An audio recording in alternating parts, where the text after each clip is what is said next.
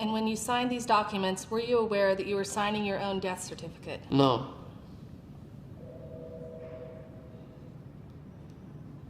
It was insanely stupid of me not to have my own lawyers look over all the... In all honesty, I thought they were my lawyers. I was your only friend. You had one friend.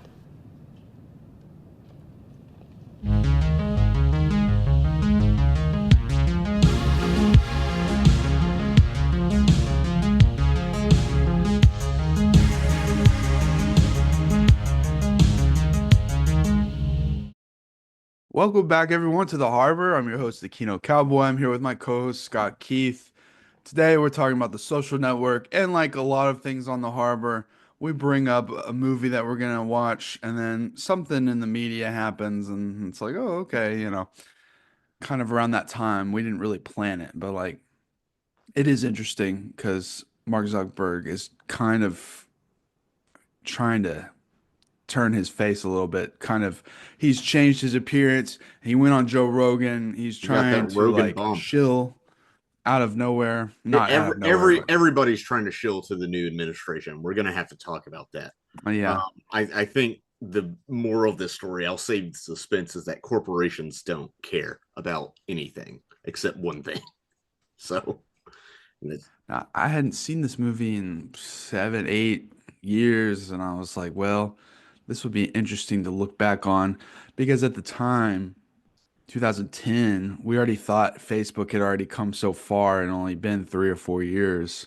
yeah, and now it's Meta and it owns WhatsApp and Instagram, and I mean there's even talks of it buying out TikTok if this TikTok ban goes through, which is like, how is that not a monopoly? I don't know. But won't that be great? Instead of getting TikTok, we'll Wouldn't it just be get Facebook great? Reels all the time. Oh, but we have to get rid of TikTok. The Chinese are stealing our data. What about the Americans that are stealing our data? Yeah, my argument is always like, well, maybe nobody should be stealing our data. Maybe we should have consumer protections in place more generally. No, am I crazy? Is that socialist? This is going to be a kind of political episode, if you guys can't tell. It will be It for has me. to be. I, Like it just has to be. That and also the entitlement of white males on the internet has gotten so out of control, and this is kind of that like you see the opening scene is like the blueprints for the modern day incel in the oh, way it's so ahead of its time. We didn't know what was coming, and he's.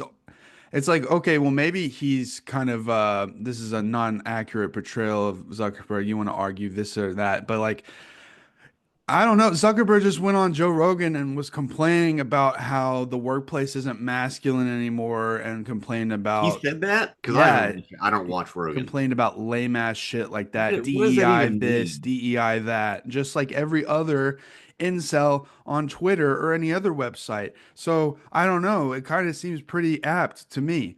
And it's a feedback loop of like, I don't know, Zuckerberg, you enable social media, which leads to, I know Facebook was part of an inevitable trend, and if he hadn't made it, somebody would. The Winklevi would have. Um, but it's it's like you've enabled and accelerated this online discourse, this toxic online discourse, which then he reads and partakes in, and that gets funneled back to him. It's this weird loop. So my experience with this movie, I think this is my third time watching it. And the first couple times were around the time it came out, you Yeah. know. So it's been a long time for me. I mean, it's been goddamn 15 years, which is scary to think about.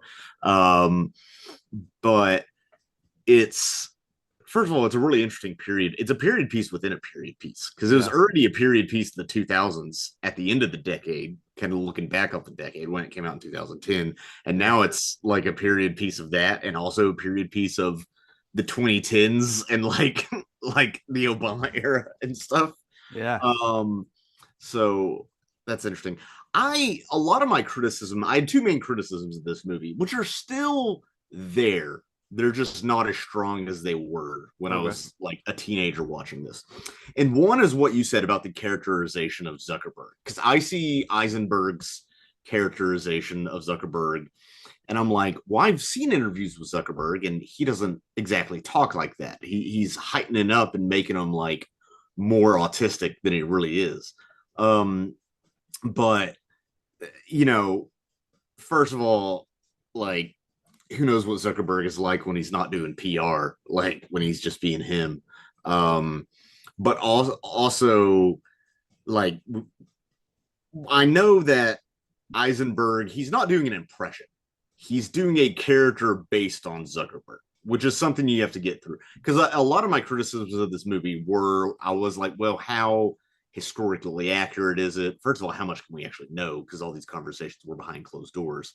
And like how accurate are the portrayal of the characters. But then I realized, like, okay, what Eisenberg is doing, instead of trying to do an impression of a whole person, which is kind of impossible, what you got to do with any sort of impression, you got to take certain traits and focus on those. And in this case, he heightens them, these sort of neurotic traits, A, because that's an Eisenberg thing, but B, because like he's trying to highlight certain aspects of these Zuckerberg persona that complement the themes and story of this movie. So it's not that's a long-winded way of saying, like, it's not intended to be a one-to-one like impersonation of Zuckerberg. In the same way, the story is not trying to be a one-to-one retelling. I mean, the last scene, Rashida Jones even kind of talks about like how accurate testimony is versus how emotional it is. And I don't think Aaron Sorkin was that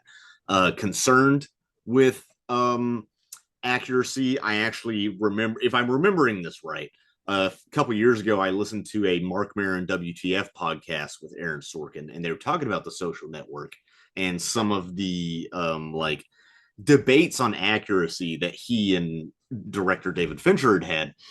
And like in the scene where he's coding face mash and he's making that blog about his ex, which is also based on a real thing, but Albright, or whatever her name is, Madeline Albright, I don't know, the girlfriend character, she's invented for this, but she's based on someone that he did post about.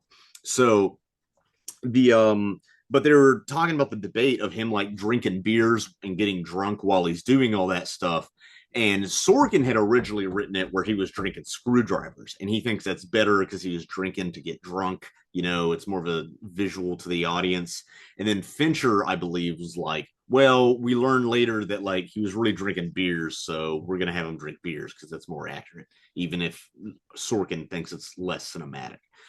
So basically, and I think we all know this at this point, especially if you're the kind of person to watch this discussion. Like it's based on a true story. It is not a true story, which, you know, that's cinema. The camera does that. It mythologizes anything you put in front of it. Yeah, well, I'm also very willing to believe that Zuckerberg, he's pretty similar to a lot of guys that I've met, especially in college, and I think he probably was kind of smarmy and snide, and He's a tried to Harvard act kid. like He's a I've met Harvard those kid from guys rich who parents. act like they make these like snide comments as if they're like the only one in the room that are gonna understand it, but everyone else does. They just ignore it because it's annoying, and it's like, okay, I've met Yeah, plenty of guys like that. I've done it. I've been that guy. I try Yeah. not to be, but no, he's a Harvard guy with rich parents. We watched this movie together recently. We normally don't watch things together. But and normally we don't talk during movies, but I had to get it out at the beginning, or it was just going to stay inside me and bounce around like a ping pong ball.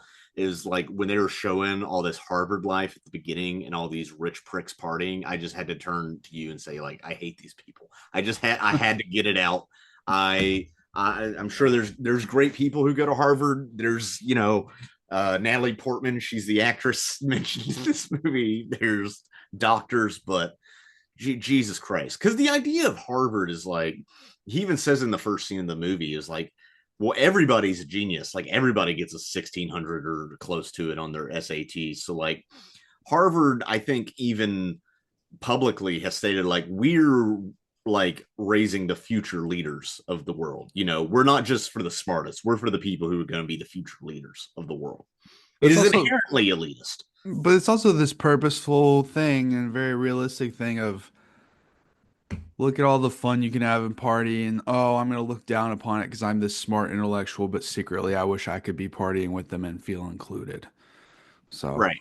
Well, everything everybody does is for status, you know, or some kind. You know, just like a lot of things people do is to get laid. Like a lot of, you know, musicians, like, yeah, they love music, but like, you know, maybe they start learning guitar to get chicks interested in. That's a very cliche example. I But don't like know. I mean, I partied in college just to party. So yeah, that's the thing. Well, no, that's not what I'm saying. I'm saying like, you know, even if he didn't build Face Mash and then Facebook to get back at a girl, like I really, the more I look at these tech bros, the more I just see the abyss staring back at me, where I'm just like, I don't think these people have any values other than status and money. I really don't. I think you can do some like trickery with yourself to try to convince yourself like you're doing good by society. And like social media, I'm not gonna like dog on it completely because there are good things that have come from it, you know. I mean, we're able to do this because of advances in technology, and I think that's good. But at the same time, dude, like Elon, for instance, like he started out as being like this guy, you know, wants to help like propel green energy and like renewable energy and stuff forward, and at this point it's just metastasized into like whatever populist bullshit he's on about. And all of these companies cozying up to the new administration in the same way they're cozying up to like DEI initiatives, not because they care about gay rights. Everybody complaining about wokeism in Disney and stuff. They don't actually care about it in aggregate. They just know that as gay people get political representation and can be more open, that they have more money to spend, and therefore they can market to that person. Because like you have to market to specific groups. You can't just market to everybody because then you market to nobody. I'm coming in hot in this one, well, man. no, I mean it's just this. It's interesting because before he started spouting off and completely changing his character, I did in the 2010s, and like, oh, cool, Elon Musk, yeah, he does SpaceX, he does Tesla. A lot of people felt that way. And it's like you don't know that much about him. And you know, he would write on Twitter about how important it is to have LGBT rights in the workplace and stuff. At the time, I didn't realize that he was just pandering to the left as much as now he panders to the right, and that he's spineless. But it is interesting because, you know, I can see how he appeals to 15-year-old boys, obviously, because when I saw this, I was 15 or 16, and I was just not mature or old enough to grasp some of the points in this movie because I did kind of come out of it of like, wow, Eisenberg, he's just a misunderstood genius, you know? Oh, really? That was your take? I mean, partially, yeah. And you rewatch it as an adult and you're like, fuck this guy, fucking prick. I mean, I don't know if he's a genius, but like you can't deny that they're very smart, you know. I know, but it's like people just don't understand him and girls don't get him. It's like, no, you see the way he talks at the beginning to when they're breaking up about like just the snide shit he says and then how he just randomly throws in that the only reason they're sitting in there is because she slept with the doorman. And it's like, why would you say something like that? Yeah. That's so And then off she's like, base. also I didn't, you know. Yeah, it's like so off base. And I it's mean, just and this that's such a weird. famous first scene that people study. I mean, I think the WGA, Writers Guild of America, I think they named this their number 3 screenplay of the 21st century. Get Out was number 1. I think there's some recency bias there. Not that Get Out's not great; it should be on that list. I need to re-see it. I haven't seen it since theaters, but no. And the dialogue of this movie. So I'm not the biggest fan of Sorkin-esque dialogue because everything's heightened. Everybody's smart, and he has to write about like the White House or Harvard or whatever his latest thing was, the newsroom or whatever. He has to write about all these smart people, because sometimes I feel like Sorkin's trying to convince me of how smart he is, which is all my own projection. That's completely my own projection, and he's clearly a very smart guy. I've listened to him speak plenty of times, but sometimes I think I prefer more naturalistic dialogue, because I think that sometimes with this sort of like really clippy, witty dialogue, you lose individual character voice, and the characters all start sounding alike. Also, even though it's very entertaining, it does somewhat take me out of the movie that everybody seems to have the perfect comeback at every time. But it's just a style, And again, I've come to accept that on this rewatch, is like, okay, that's just how this movie's run, and it's set in that first scene, where I think that first scene was it was like, however long it is, 3 minutes. It was something like 12 pages. And then the producers or whatever went up to Sorkin and was like, dude, we can't spend like 12 minutes on this scene, because a page is supposedly a minute in screenplays. I don't know how that works, but that's what I always hear. That's what they say. Yeah, that's what they say. That's just a rule of thumb. And then he was like, no, this is not a 12-minute. And then he actually like read it at the clip he wanted, and then it was like whatever they needed it to be, 3 minutes or whatever. But the thing is, that and the way the movie's edited, it's almost anxiety inducing. I didn't have the anxiety the first couple times I watched this movie as I did this last time. Yeah. And maybe because I know of the, cyberpunk dystopia that it all leads to, that we're living in now. But also there's something about it, and about the grossness of it. And I think a lot of it's just, as I've aged, I've become more jaded with like corporate America and startups and rich pricks and all this shit. Mainly jealous because I'm broke, but but there is something about it. Like it's crazy how fast paced this movie is, despite it being people in a room talking, and how big this movie was, popular this movie was for being people, like a kind of part biopic, part legal drama, and very cliche, but like, would that be as big today? Would it be as big of a cultural touchstone? It would be a 6-part, docudrama on Netflix that's dragged out, as opposed to this. Yeah. What do you think of Sorkin? Sorkin, I'm not like the biggest Sorkin head, but I did like his Steve Jobs movie, not as much as this, but this really did feel like it fit the kind of thing Fincher was going for, so I'm totally on board. But I did notice, like halfway through, I felt like I had been running a marathon. I was like, wow, it's like, oh, this is a lot. Maybe it's just because we're older and fatter. But also, I do like I like the framing a lot, where it's not just one disposition, but two going on almost simultaneously. Like we're getting so we're getting this backstory, but also he's in two different rooms, courtrooms, right. So it's like, and there's also a contrast, and one of them was with Eduardo, who he was ostensibly friends with. Yeah. In this movie, he's his only friend. I don't know how true that is. Eduardo was also here's part of the problem with this movie, and it's from the source material, The Accidental Billionaires, the book it's based on. Eduardo Saverin is one of the main sources for the book, The Accidental Billionaires, that this is based on. So because of that, we're going to get more of his side, or his, shade of the story. And I'm literally just reading Wikipedia right now. But after Zuckerberg and Saverin settled their lawsuit, Saverin broke off contact with the author. So like, and allegedly, because in this movie he's off in New York trying to get ad revenue, but allegedly in real life Eduardo wasn't as responsible, because the movie wants us to take his side, and he was like partying in New York and wasn't being as responsible. But then it's one of these things where, like, how do we know? Like, because we're all hearing this from people who were in the company or attached to the company or around the company, and they're all going to have their biases, and memory is faulty, and who's to say somebody can't party and also be productive? Some people can work hard, play hard. So it's one of these things, and that's, I think that is one of the themes of the movie, that again really comes out in that last scene with Rashida Jones is like it's trying to find out truth in any sort of personal histories is such a fool's endeavor at a certain point. I don't know. It's kind of contrasting like emotional and intellectual truth. Because Zuckerberg in this movie, even though he's supposed to be a very like he tries to be like a very stoic intellectual guy, he's actually deeply ruled by his emotions, and it's that Yeah. dichotomy that's so interesting.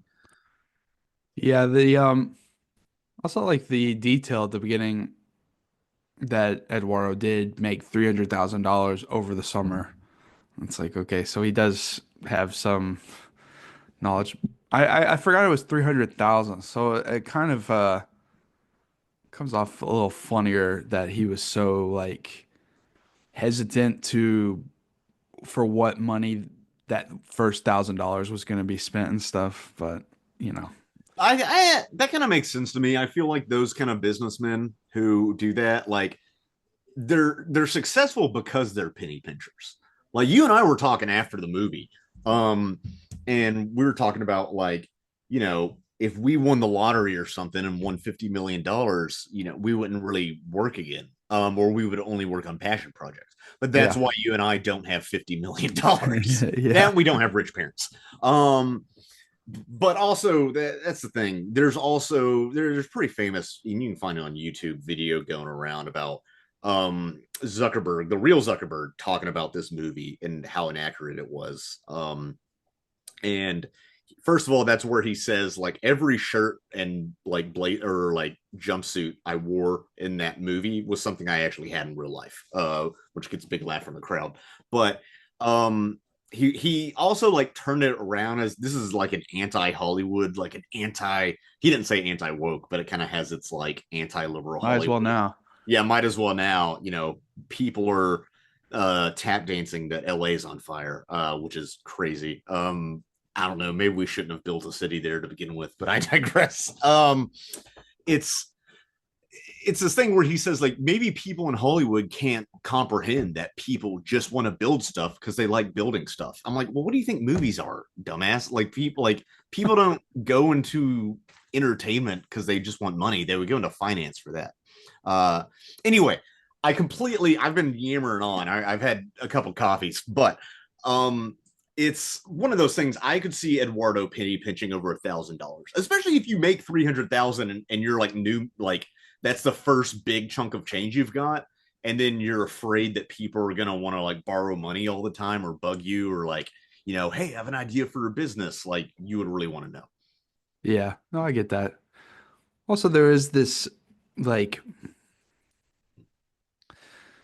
there's a lot to fault Mark Zuckerberg for being just a fuck, but at the end of the day, I kind of feel like, he's got a point where he says, if you were the inventors of Facebook, you would have invented Would have Facebook. invented Facebook. That's a Because good point. because at the start, there's all these different Facebooks for all these different colleges. So he's like, well, what if we just mashed them together, basically? It's not like they had the only concept for a college social media site. MySpace existed. They mentioned MySpace and Friendster in the movie. So there is like, it's not like he had the first idea for a social network.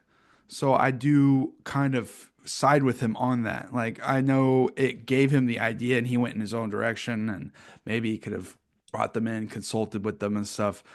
But like the actual idea, I do get on that level of like, yeah, I mean, he invented it. He had the skills, he did it. So I And don't that's know. one of the things, as somebody who I haven't worked in corporate America, but I have reported on corporate America. But even then, it wasn't tech. It was, it doesn't matter. We won't go into that. But um, there's a thing where, like, it's very easy to criticize, like, investors or business people or like guys in blazers like, well, what do you actually do? The coders are doing all the real work, the engineers are doing all the real work. But at the same time, dude, I've been a writer, and a lot of writers now are also expected to kind of be marketers at the same time. Like copywriters aren't expected to just write copy; they're expected to also basically kind of be marketers. Like It's something I'm not good at. And as much as I make fun of marketers, and part of the reason I'm not good at it is just because I hate it. I hate marketing it, and I hate sales. I know life is a sale, but like it just feels, I don't know, skeezy to me. I know it shouldn't necessarily. Sometimes it does, but like, yeah, you do need those people. But then at the same time, like, you ask, does Eduardo have the sauce to do stuff? Without Zuckerberg.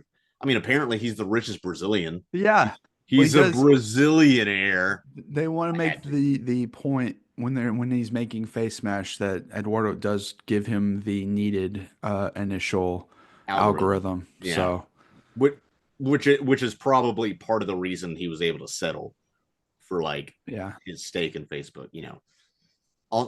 Also, he did completely get screwed over, but he signed those contracts. That was his fault for not reading them more closely. Yeah, and they say at the end like it's an undisclosed amount. I'd love to know the actual number. I would love to know that amount. I think the Winklevi, and correct me in the comments if I'm wrong, I think they settled and then also tried to get more money after that. Fucking give it a break, dude. But they also, they invested in like this Gemini crypto market. I mean, I don't know. It's a weird thing. It's a weird thing to be the investor class. It's just completely different world where all your disputes are settled with lawsuits instead of man to man. I feel removed from it. And I grew up in a, relatively comfortable middle class household, but I still feel completely removed from it. Yeah. I like the way that it does portray like on campus dorm rooms and like just kind of the college activity. It does make me kind of nostalgic for that because I was running around at Hendrix, which I didn't even go to Hendrix, but I was Yeah, running you around went to there. more college parties than I did, and Yeah. I graduated college. I would go in and out of dorms there in UCA and like I don't know, it was cool. It's not like we did anything like this, but it was just like I could see how ideas can bounce around dorm rooms and also just like functions at college. It is a good place to get the juices flowing and there is this kind of its own ecosystem in a way. So I Right. like the way Fincher shoots and portrays that. Well, that's the way. I mean, that was the idea for Facebook, right? Is like, well, let's take the Ivy League experience and put it online. Because the reason you go to Ivy League schools, like, it's not for the education; it's for the networks. That's why Yeah. you really go there. I've heard, I wouldn't know. I went to a state school, but I don't have debt, so screw me. Who cares? But I've heard anecdotally, like the undergraduate like difficulty or experience or like quality of education is really not that much better at Harvard than it would be at a lot of other schools. It's the exclusivity, and you're around all these other very smart or at least very driven people. I Yeah. went to a state school. I kind of hated a lot of the people I went to school with because I went to state school in Arkansas and I was like, fuck, I don't care. I'm only here because I have to be. I have no idea what to do with my life. Blah blah blah blah. But I don't know. It's interesting how you have this high-minded idea to like, what if we put that experience online and then you open it up to the public years later, and now it's a place for like bots to comment on AI generated images. Because Facebook has pretty much openly said like we're going to put bots on the platform. They don't call it that. Just Like, recently, like in the yeah, last week. And yeah. yeah, it's just crazy. All this happened in this. Like, who wants this? And now, as a moderator of a film group, I'm thinking, well, now I guess I'm gonna have to start trying to figure out if these people trying to join our group are even real or not, which is not something I even thought about until this week. It's like, damn, what is the point of this? No one want. Do people really want this? I don't know. No, of course not. They're trying to drive up engagement because the numbers have to go up infinitely, which it just can't. Like, I'm not I'm not a communist, but this idea of like capitalism of like the numbers have to go up infinitely, even though we live on a planet with finite resources, like it doesn't make any sense. And there's only a finite amount of people. I don't know. I feel like I'm babbling now, but Well, I'm just it's just my I'm sister's just my sister and her age of people, a lot of them aren't on Facebook. So yeah. Well, and that's part of the problem is because now you've diluted your platform to it's trying to be an everything app, which is also Elon's idea for X. He wants to be an everything app. There's some app in China. I forget the name of it. That's an everything app in China. I'm gonna WeChat. Yeah, it's an app for everything. It's social media, mobile payment, all that. It's used for everything. So basically, these people are openly saying like, we want a monopoly. Facebook Marketplace killed Craigslist. But by doing that, like, you are diluting your product, and you're also diluting the social experience. Sean Parker gives a soliloquy on how like all the social experiences are going to be online, but now that they are, I think we're all realizing like, yeah, there's a lot of toxic side effects from that.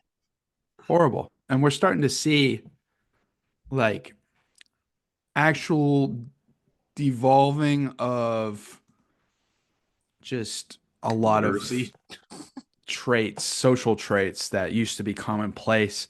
They're just not here. And a lot of, I mean, how do we really want our youth to be this introverted? Because a lot of people are acting like it's crazy to go out to a party and then like, or go to get drinks. And then it's always like a joke about like, oh, I can't do all that. I just want a bed rot. Everyone is like, quote unquote, I hate this word, but normalizing bed rotting. And they've turned it into like a meme of like sitting at home, doom scrolling, and they know they have this problem, but they kind of, weirdly romanticize it, which is dark and strange. And it's a weird, by making a joke out of it, you make it more palatable.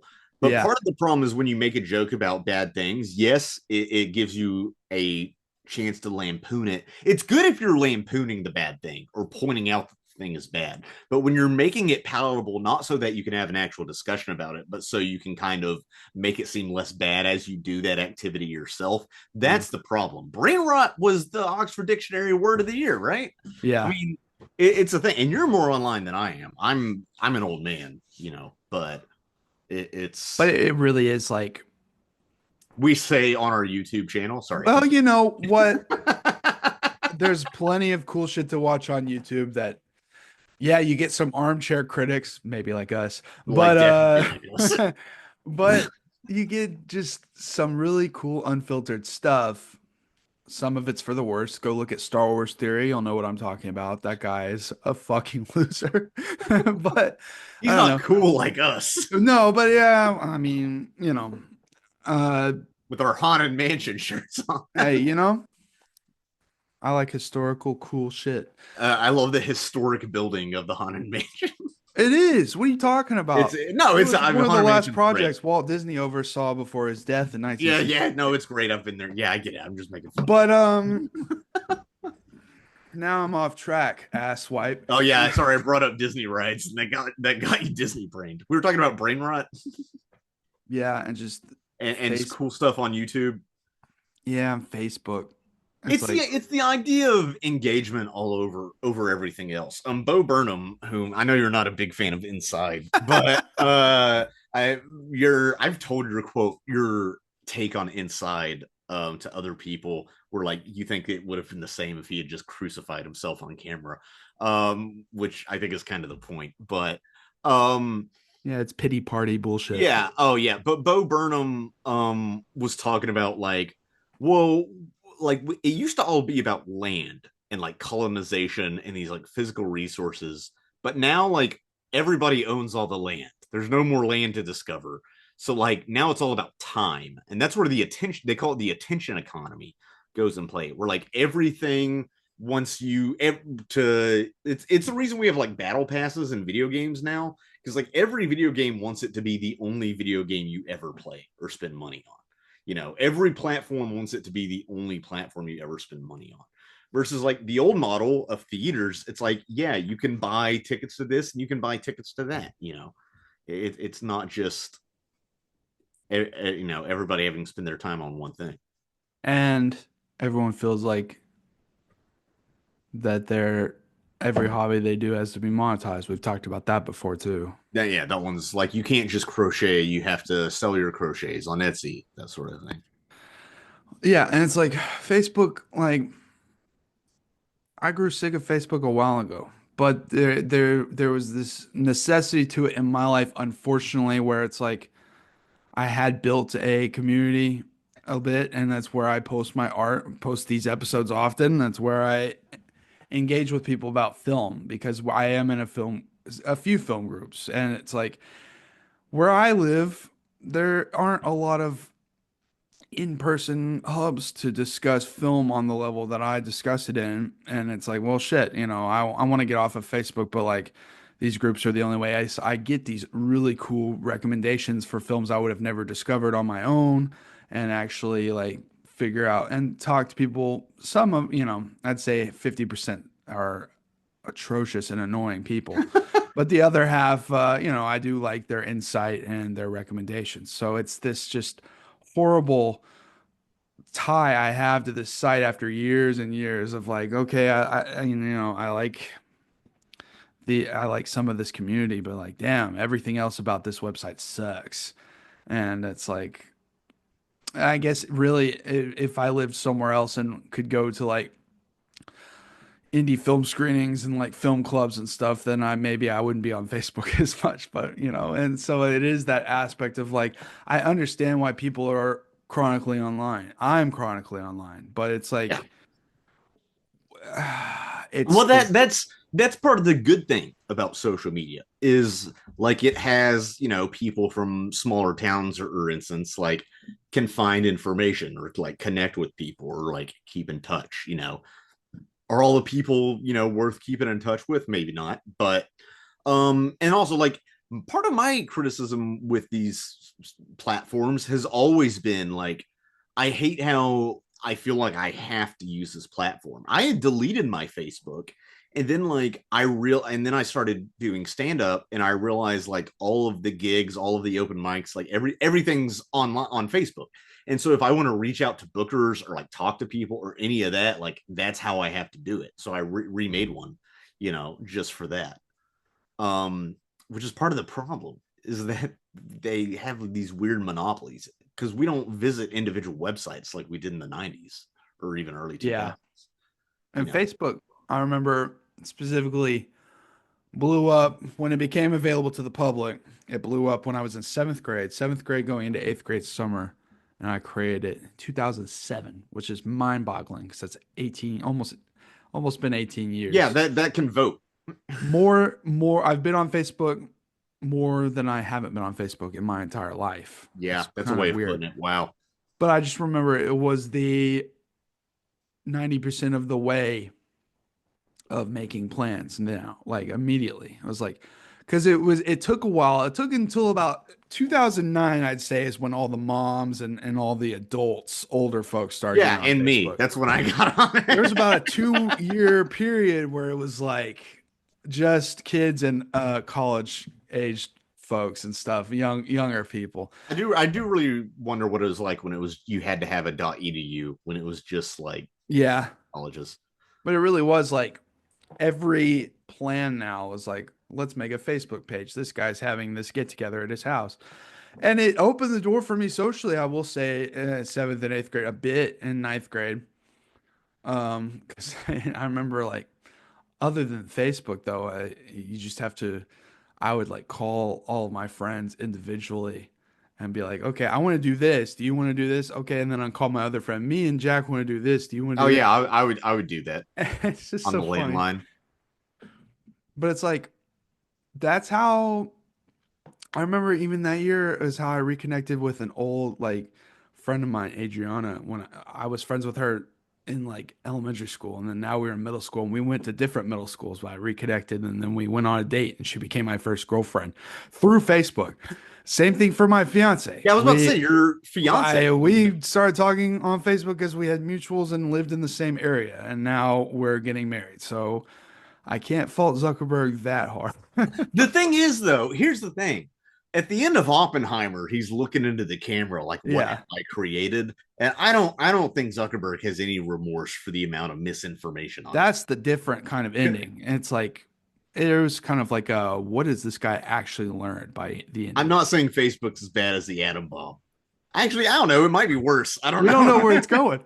We don't know where it's going. I do Because think about like, they basically have said they're going to cut back on fact checking on their platform, which is the yeah, absolute no, they're wrong cutting thing it to do. out They're cutting because it out they completely, want to right? Yeah. appeal to, um, Fascist propaganda. yeah, and they're backsliding, and it's really creepy because the kind of stuff they're turning their backs on, you can see the kind of comments you'll be able to make about like immigrants, LGBT stuff, and There it's were like, specific examples given in their training that was like yeah, immigrants being dumb and stuff. You can look that up.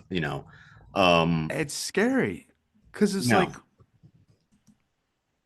for a while, it's like, yeah, Obama, we had that optimism, but and Trump became president, but it was like still like, yeah, a lot of people are coming out of the woodwork that are Trump supporters, but we're still uh as a nation getting more and more progressive, I thought, until this last year when it was like, okay, Trump has the majority vote now, and things people have been fighting back against progressive media and literature more than ever, complaining about everything unless it's a white male protagonist in video games, people complaining, and it becomes so aggravating and just so it drains you just to be and online now. all of that being distractions by certain actors that is propagated through social media because it's tales all this time like basically if you can convince somebody that they should blame their black neighbor for something they won't realize who's really screwing them are the one percenters. That sounds so cliche when I say it, but that's just how it is. I feel like we should talk about this movie. But we are. Well, yeah, It's all of this has to be part of it. we on this show we talk about the movie, but we also allow whatever feelings this movie has brought up bubble up because Right. that's the power of cinema. It is, yeah. But yeah, I agree. But I mean, that's just all part of it because It this was is. just at the very beginning of what we knew about social media. Like we Right. hadn't Because really, the amount of like disinformation, I mean, there was disinformation, sure, but like it didn't feel like it had been fully weaponized at this point. yeah. By 2010, it was more of just like, what is this doing to our social relations? Like, isn't this a waste of time to get on Facebook? Like, that was almost the level of My discourse. mom's There's like, addicted to playing Farmville. yeah, it was that sort of thing. Yeah, a lot of these criticisms coming from older people who are themselves the most addicted to these platforms. Yeah, Um, that's for sure. who knows, I man? like the way the Winklevi are spread out through this entire film, even though they never get anything really that helps their case that much. It's just kind of like scenes of them floundering a bit, which I find interesting that David Fincher wanted to really frame it that way.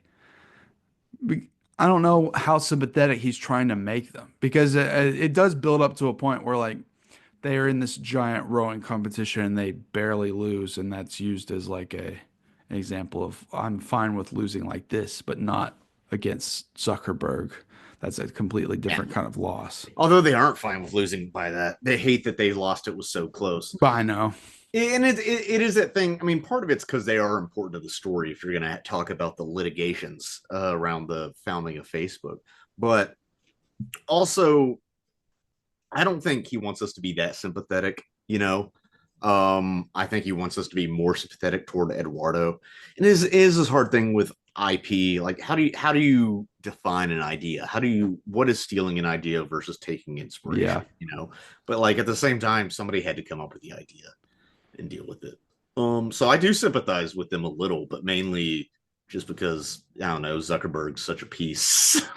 I get it. It's also interesting, like in a way they're supposed to be the villain there, but they're not. And like you can see as like Justin Timberlake too. Everyone's got nuance. Everyone's got this gray moral code, and it's just an interesting play because it only has not non-traditional aspects like that, but also just the plot as well as the climax, which we'll talk about in a little bit. But like, it is interesting how well this works despite it being so non-traditional in those ways, and I like it a lot because of that. Because I mean, that's real life. You know, you could have been able to tell if Fincher would have crafted some crazy sequence, but everything just comes off pretty realistic to me. Yeah, well, even just something like the party sequences, he could have gone full like Project X crazy on it, Yeah. but like he kept it pretty grounded. The zip line into the pool, that was a real thing, you know. That's Oh, also oh, totally. I could see that happening. yeah, and that's also not that it looks pretty fun to me. It's not an insane thing, you know.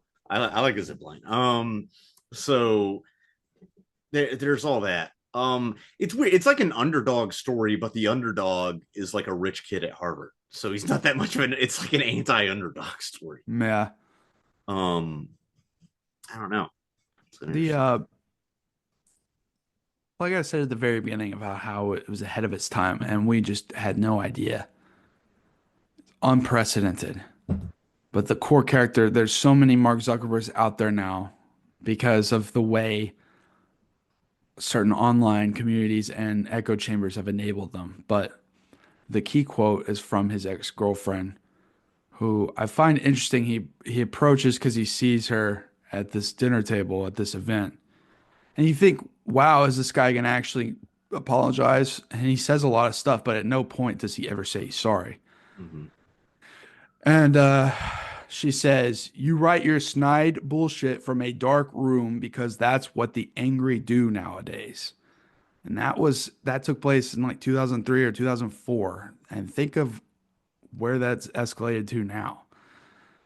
And she says, "I was nice to you. Don't torture me for it."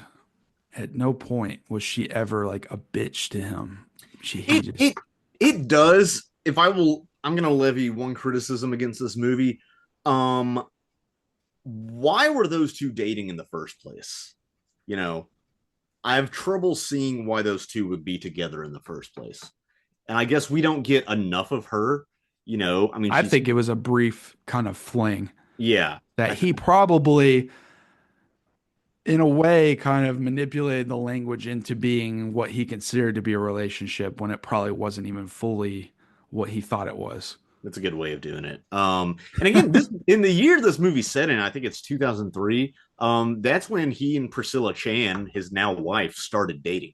Now this person is not based on Priscilla Chan. He did, I think, go on LiveJournal and talk about somebody, although he didn't like give her full name and stuff. Um, and also Face Smash, it wasn't just women; it also compared men. But the whole hot or not, like the whole, it's still a weird thing where like you're literally turning people into numbers. Like, I guess But it's that's, I mean, that the 2000s were heavy with that kind of misogyny. I remember very clearly. yeah, Very middle school behavior in college, but still. yeah. Well, people are still like that if you let them. Um, I know, but it's like 2000s very heavily was like this party boy kind of. I'm a playboy. I'm always all I care about is talking to chicks and getting laid because has that that's what's changed? cool.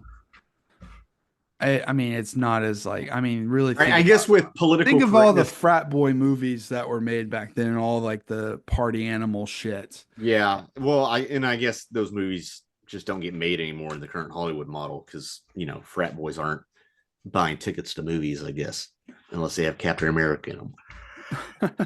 No, but I mean,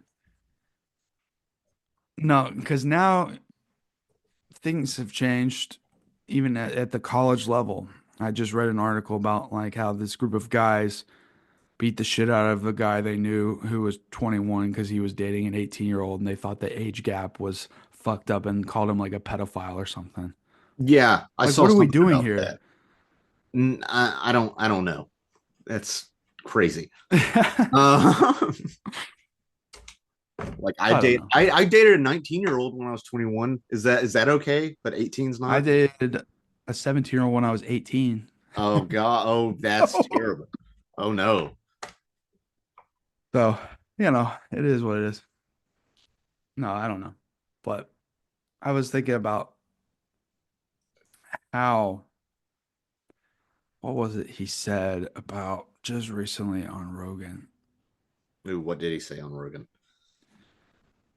That Zuckerberg, who grew up with only sisters and now has has only daughters, told Rogan that he wants women to succeed, but doesn't think masculinity needs to be categorized as toxic for that to happen.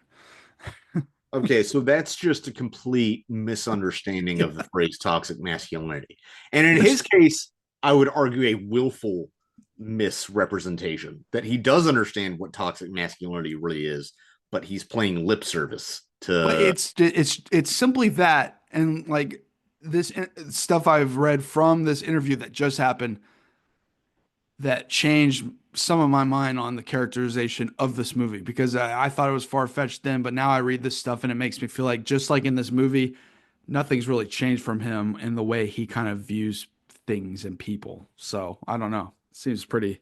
I'm sure if the two of us got dinner with Zuckerberg, which will never happen, that he would be condescending and like truly think he's inherently superior to us.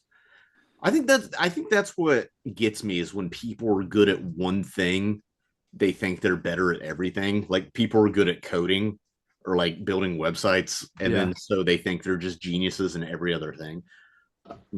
You're good at, you run Godfather's Pizza, therefore Herman Cain should run for president because you're good at like gas station pizza, you know, that sort of thing.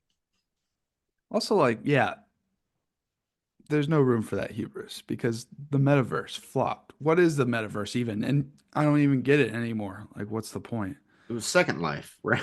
Yeah, but I mean, basically, but like, who is there? He thought they were acting like it was going to be the next step in like virtual reality, and like They people were going want to us buy to real leave our estate. bodies behind and live in the cloud, and then they want to charge us for our own afterlife. We It would be we've like, you must renew your subscription to the afterlife. That way, our cloud brains will be used to train the large language models that run their AI that run the world.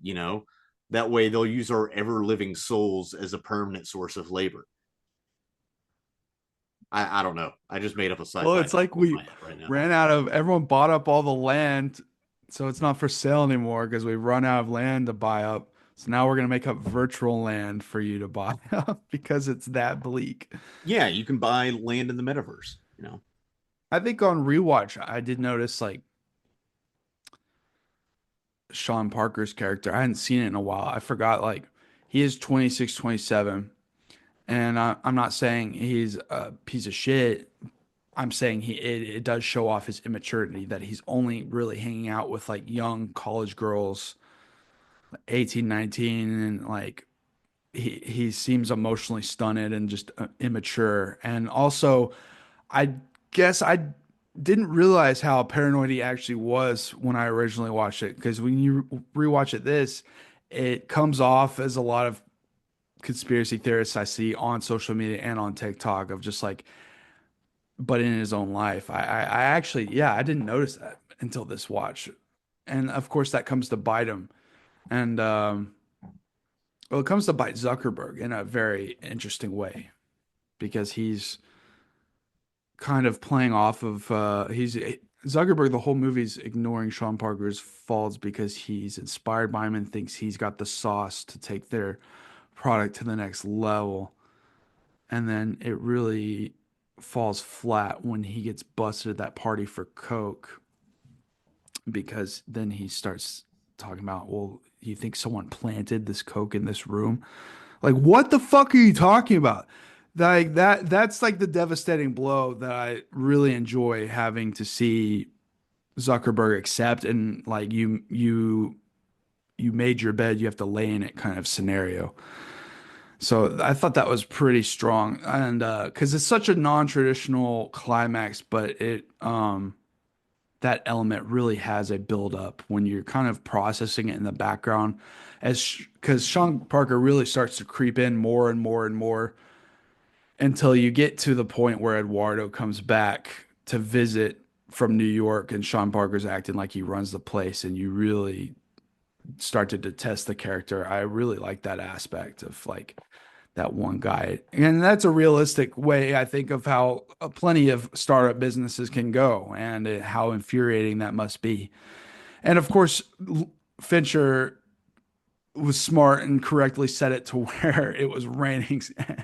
And so Eduardo shows up like soaked in the rain and he it's midnight over in California, but 3 a.m. in New York. It just builds and builds and builds. And I don't know, he's a good skis ball character. Well, and it's also very inspired rather, that they cast Justin Timberlake in this. Because like I'm trying to, and I'm looking at his IMDb, but like I'm trying to think of anything I'd seen him in. He was in The Love Guru before before this, and like no, this really took his career to another level because he was just music, mostly known for just music after that. And like he's still not the biggest actor ever. I mean, he's been in like Trolls and other thing, but I mean, it's really inspired. Like if you want to show the like put upon swagger of Sean Parker as characterized in this film, like get a pop star to do it. Which is very inspiring. I remember seeing this movie, and that was one of the things I took. It's like, holy shit, Justin Timberlake can act. Actually. Yeah. What if he didn't know the cameras were rolling? Like at the dinner scene when he's talking all that stuff, he was like, "No, it's cooler than $1 million, $1 billion." That wasn't in the script. That was just him talking and being a pop star. Well, so it just adds another layer of complexity because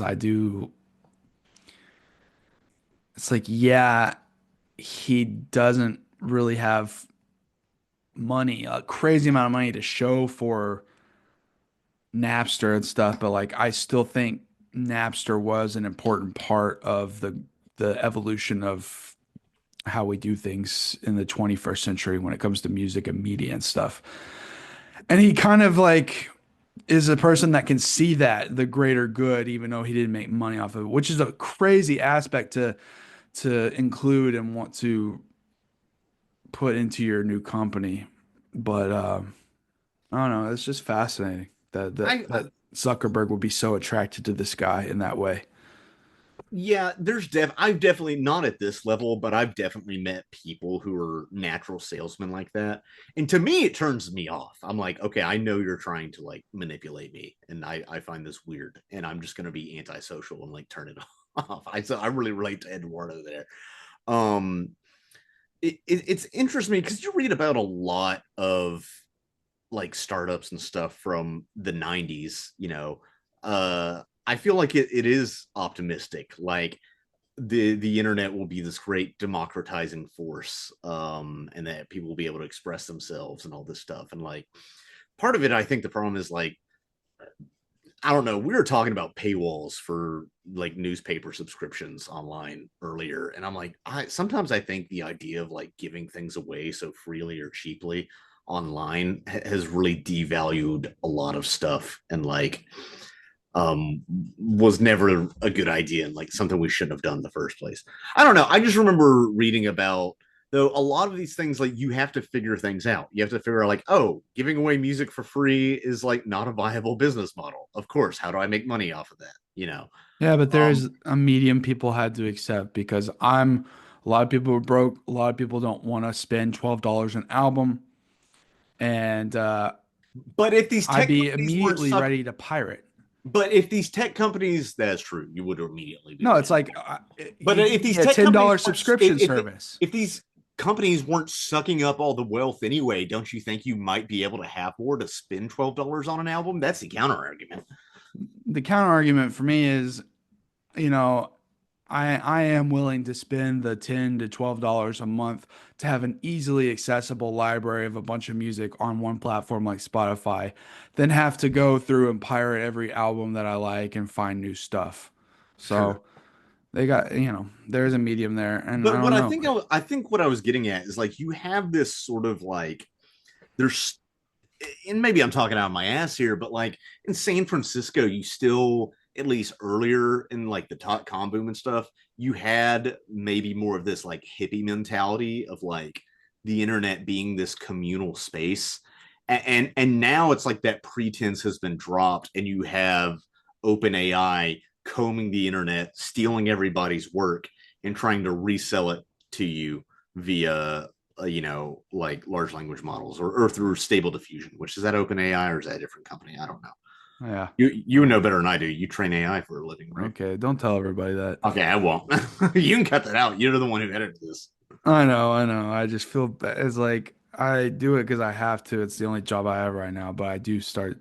I feel more and more guilty. Yeah, because you're a race trader. It's fine. I'm contributing to a problem that some might see as inevitable, though. I will never use AI in my films, nor to write a script, but I do help train language models for a living. Yes. So Yeah. it is a But weird. but that's the thing. These technologies have become so integrated into every aspect of our lives. Like, how do we not be complicit in that? It's the whole "there's no ethical consumption under capitalism" argument. Yeah, but then you're a vegetarian, so like you still care. Yeah. So What does that have to do with anything? that means I can You still calling me care and find a gay? fucking job that isn't about generative AI. Not that I'm doing it's more of like You're fact checking. seeing You're these making sure the AI is not lying and seeing making these up bots like hallucinations. replicate the way the stylings of C.S. Lewis or Tolkien or something. It's like gross. It makes me feel sick. It But is gross. I only use AI to make furry porn. That's the yeah. only use of AI that I support. So flood my inbox with furry porn. You could do it on this channel. Uh, Adrian will come over for me. Send him furry porn. Do it. Yeah, I'll vet them for you. Yeah, I'll only let you look at the more depraved stuff. veterinarian them for me. All the tame stuff I'll toss out, don't Oh, worry. okay. Only the stuff with animals with like six tits. You know, Yeah. like Okay. a Anyway, the like a pig wearing a bikini, and there's like three bras. What are we the talking about?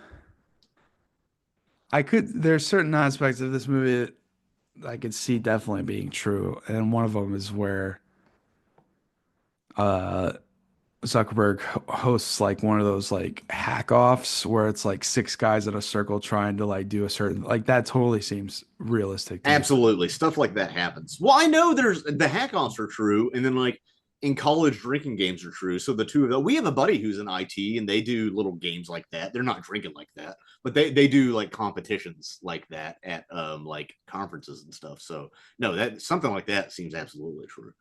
I do feel bad for Eduardo in the way that they tricked him with whatever he signed to uh not liquidate his shares Dilute, but to dilute. yeah dilute them. You do really feel bad for him, but like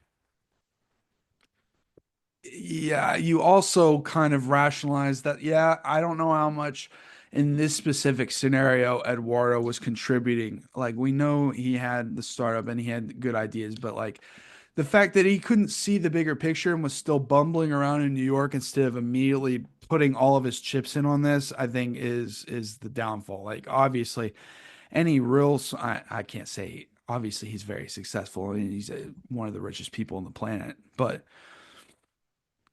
just for the movie's sake, like he should have already dropped everything and been like, yeah, let's go to California, let's get this thing rolling. Right. And in his eyes, like he was like, well, I don't want to have to keep bankrolling this. But then they did get Peter Thiel, who's I mean, he's a big figure on the right, by the way, supporting right wing stuff. Um, like that $500,000 investment. Because like $19,000 investment for a company, even in 2003, is like it's not that much money, really.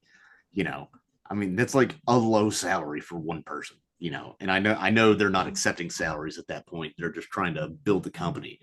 Um, but and it is true that he froze their assets, and then to help save the company, Zuckerberg's rich parents had to give him some money. Uh, Yeah, there's stuff like that. But then I was always like, does Eduardo have the sauce? Because I feel like Zuckerberg can and did like he can do stuff without Eduardo. How much can Eduardo do without Zuckerberg?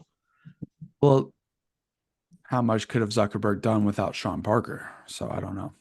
That's true. It's almost like we should kind of dispel these ideas and myths of solitary genius and just accept that like everybody's relying on everybody and Yeah, that everybody needs help.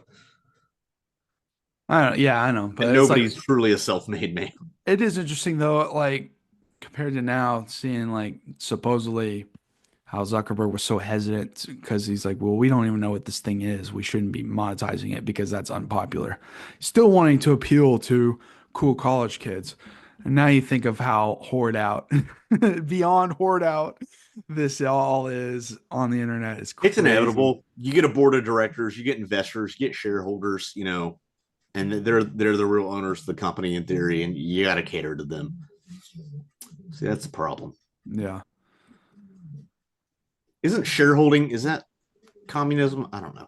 Is that collective ownership? I don't know. Anyway,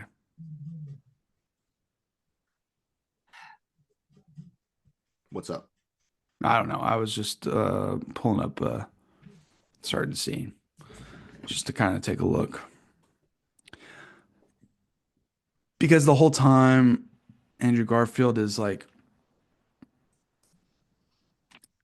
I don't know, it's really well done that when Andrew Garfield does show up and sign that stuff, you would think Mark would be somewhere to be found. He's just a cowardly little prick sitting off somewhere. And then when Eduardo comes back thinking everything's gonna be the shit, and then he gets cornered again immediately, and Zuckerberg doesn't even have the balls to like stand there. He's just off with his headphones on. It's great.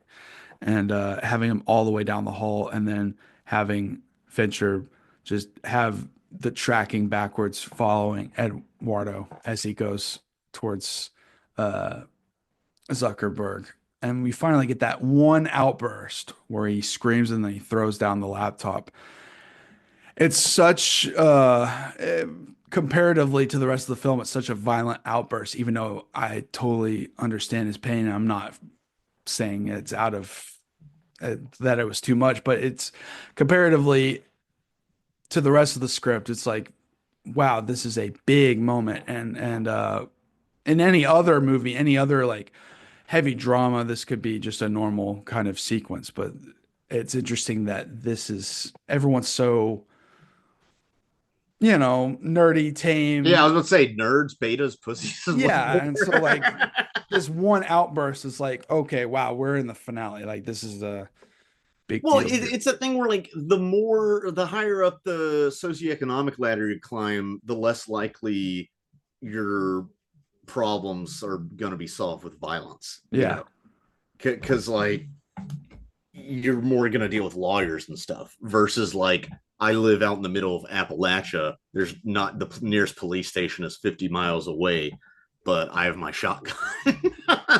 So it even says that thing. He has that line at the end.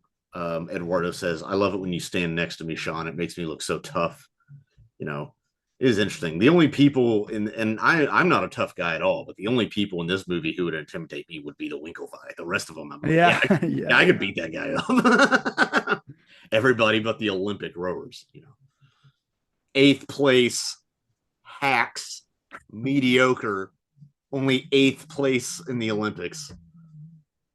There is a very satisfying, to me, moment at the end. And it is when Zuckerberg has to sit back and accept that he has been a kind of gross, like, kind of guy, just sitting back and letting things happen because he thinks it's for the greater good of Facebook and whatnot. But it's just like watching his friend that he had so much, his only friend really, get booted out, and he was complacent with that. And then Sean Parker being all paranoid and getting arrested for coke, and him having to just sit there and kind of think of what led to this, and there's no smarmy bullshit that he can come up with to get out of it. And then it deflates the entire moment of him pulling out that card that he was excited about because he was a prick of the "I'm CEO" bitch. And Which was a real thing, apparently. yeah, and I He had just two. He love had how one that said "I'm CEO" and one that said "I'm CEO." He had a regular one and one that said "I'm okay, CEO." Bitch. just like how much that deflates that moment for him is very satisfying upon rewatch.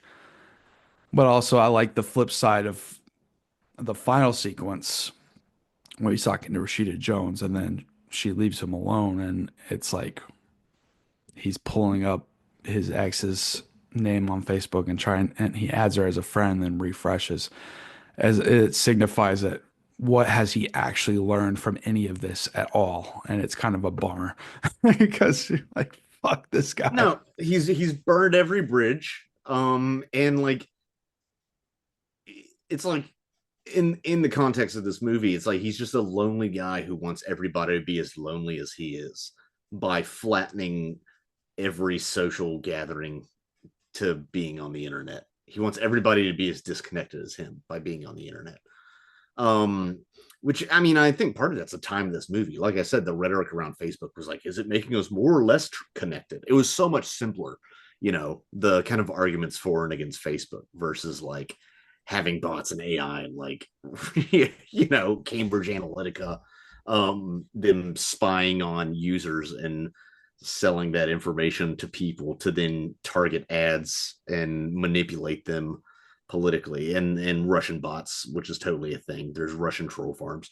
The line there that stood out to me at the end, because I mean that's an all-time movie ending, honestly, of him just hitting F5 on that Facebook page over and over, even if it's not based entirely in reality, just the way the first scene connects to the last so perfectly without it being forced is, I mean, it's masterclass stuff. It really is. But Rashida Jones was mentioning, first of all, she says, I don't think you're an asshole, Mark. And then she says, testimony, I assume 80% of any testimony is emotional.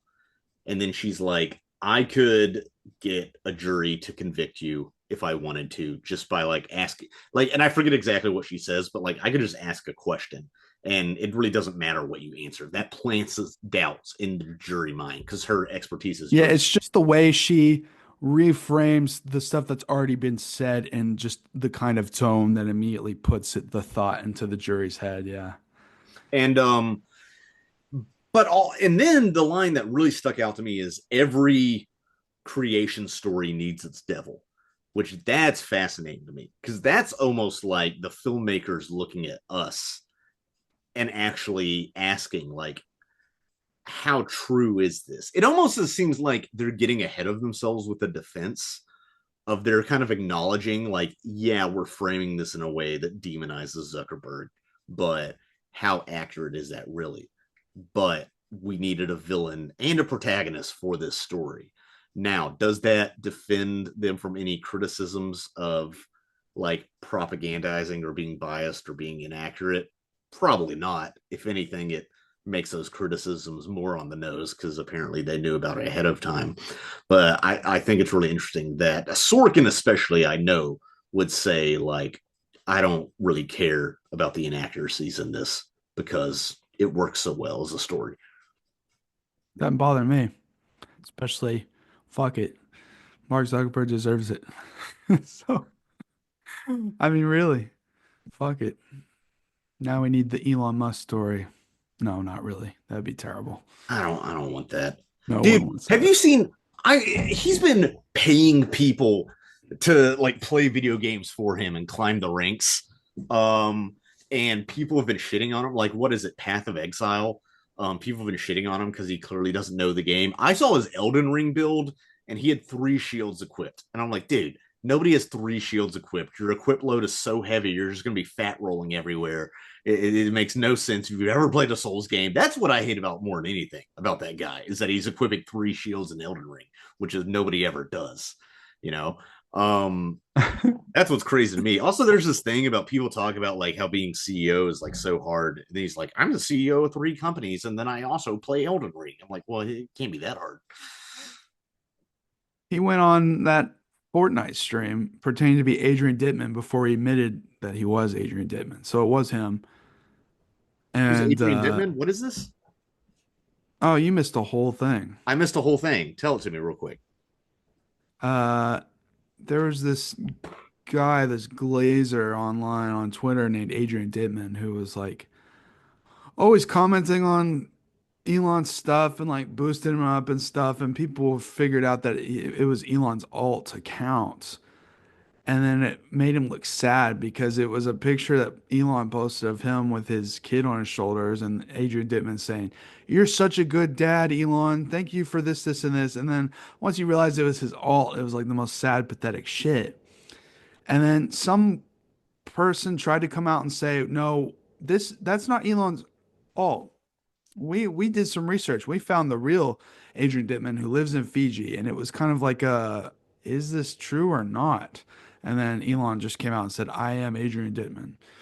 And then but he was invited onto this Fortnite stream, Adrian Dittman was, and he was like using this shitty voice modulator, but it's like anyone knows how he talks. It was very like obvious that it was him. And the guy he was playing with was just trolling him in a very juvenile way on purpose, like, and because you could hear Elon getting flustered, like, "What's wrong with SpaceX?" And then the guy would be like, "Oh, it's gay." It's just like trolling him for no reason. Like, and of course Elon would be like, "Well, what do you mean it's gay? How could it be gay? Isn't that problematic? Blah blah blah." Trying to like be an Cancel him. intellectual when it's an obvious just troll for troll's sake. Yeah, because he doesn't understand emotions.